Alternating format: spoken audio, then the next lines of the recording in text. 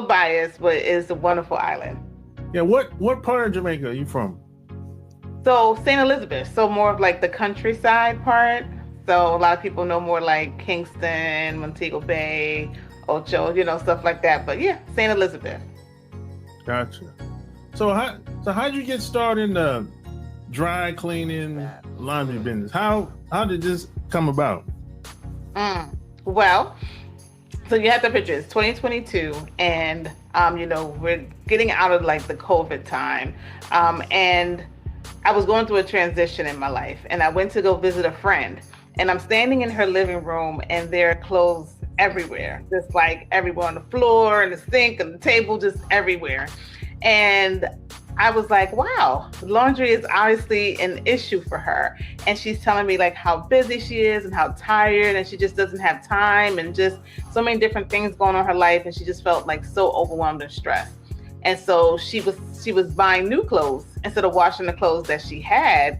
And I said, well, that's going to lead to more laundry. And she was like, I know, I wish there was someone that can come and take all this laundry and do it for me, and I'll pay for it. So I said, okay, I'll do it for you. And so it started off helping a friend, and then we just grew. So we just started out doing laundry.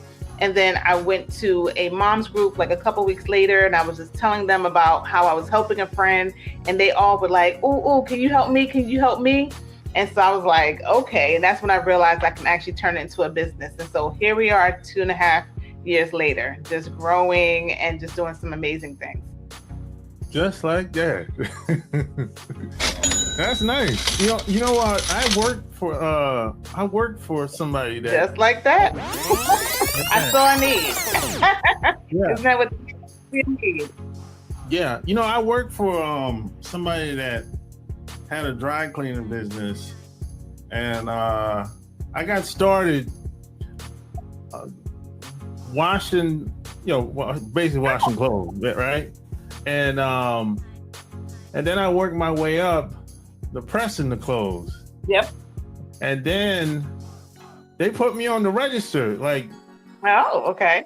I'm gonna say 8 months later, I'm on the register. From the bottom, and I went all the way to the front. Mm-hmm.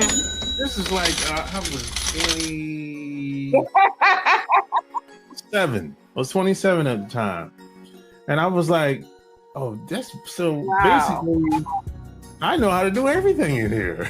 in 8 months. That's good. Yeah, and I was like, that's good. That's good. That's yeah. So what ended up happening? I ended up getting another job, but after when I saw you on LinkedIn, that made me have a flashback. I'm like, oh, I used to do a similar thing. Like, well, I hope it was a positive time for you. It wasn't any negative flashback. Yeah. Well, no, it wasn't. I had a good experience. Now, the only difference between you and them is they wasn't mobile. So when I saw that you were mobile, I was like, oh, that's a little different. So what made you say, hey, we can go mobile? What? Because I don't see that, at least not where I'm at anyway. Right. So let me just be clear. So when we say mobile, it just means that we come to you. So not as like we wash it like inside of a truck or anything like that. So it just means that we actually come to you. And so the idea was like during that time, it's all about convenience. And, we got used to convenience. It was kind of like there was Instacart.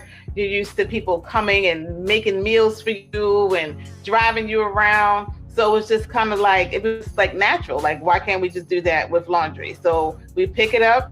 We launder it, we fold it, we package it, and then we bring it back to you next day. So that's how we always, we started a business like that, and then we've just grown it. And we've been able to get some good partnerships with like local laundromats and dry cleaners. So we're kind of like the laundry of, what is it called? Like ghost kitchen. So we work with laundromats, and we work there at like when they have low capacity or when they're closed. And then we kind of step in and do our thing. So how were you able to expand from the first person to, I don't know, I mean, you have a lot of people by now. How were you able to expand? Right. So we were very intentional. So I had a goal, and my goal was to become a household brand. And so that means that to do that, I had to be in multiple cities and regions around the country. And so we expanded with partnerships, collaborations. So I'm really good at developing, relationships with people. And as we know, people do business with who they know, like, and trust.